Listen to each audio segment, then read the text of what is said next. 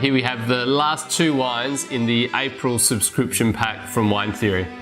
So we're starting with a red wine that comes from Austria, and I'm not sure if Austria is a wine country that's on your radar, but for me it's one of the most exciting wine countries in the world at the moment.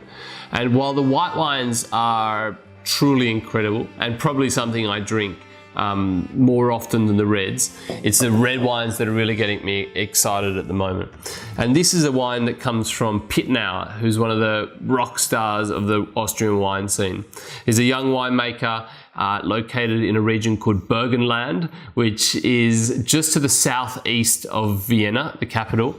And it's a wine region which sits very close to the border with Hungary. And Burgenland is really the best area for the production of red wines in Austria. A lot of the other regions to the south and a lot of the other regions to the north are very famous for the production of white wines, and they'll certainly be featured in packs going forward. But Burgenland is where the best red wine comes from. And this is because it's slightly warmer. It's located on an area called the Pannonian Plain. It lies a little bit flatter and gets some slightly warmer temperatures, and that helps to get some ripeness into the grapes.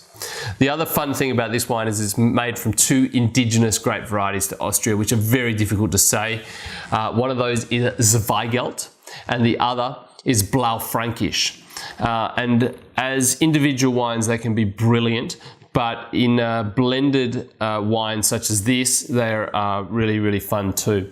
Zweigelt's quite spicy. Both of them are quite deep, dark in character. And Blaufränkisch has a little bit more elegance to it, but certainly has a lot of concentration and richness to it too.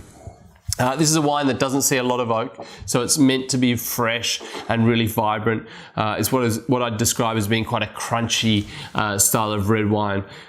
So I really hope you have fun with that. It's a wine that I really enjoy, and a producer that's who's doing some really incredible things.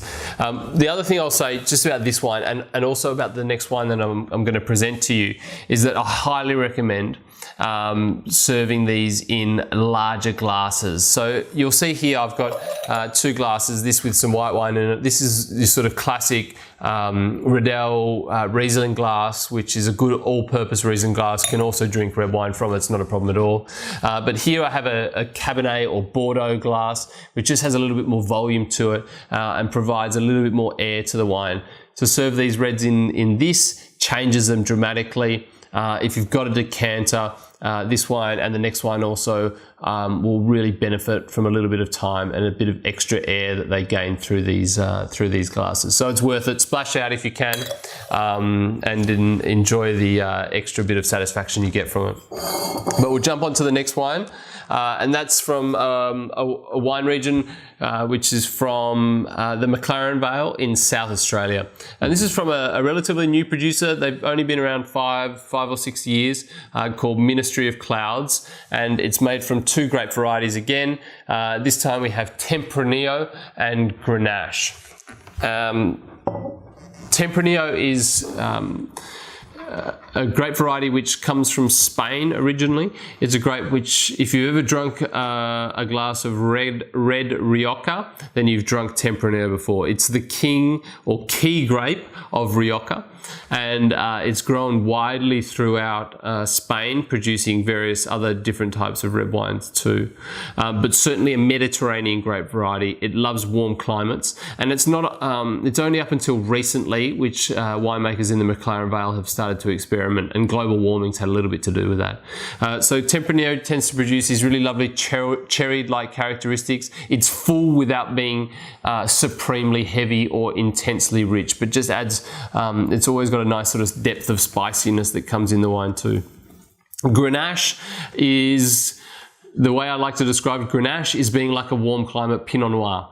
It's when, as an individual wine, it has a lightness visually to look at. It's got this very sort of soft red fruit character without all the fine detail that Pinot Noir can get from cooler climates. But it's an elegant styled wine, and it just adds this softness to the wine. And there's some very old vineyards in the McLaren Vale which they've used to source fruit to make this wine. So it's on the fuller side without being over the top, and it's a delicious wine, but matched with some robust food and it's a real dream. So I hope you enjoy the 6 wines that we've presented for April. It's been a pleasure tasting them all for you, and I look forward to bringing you more fun wines in the future. Happy drinking.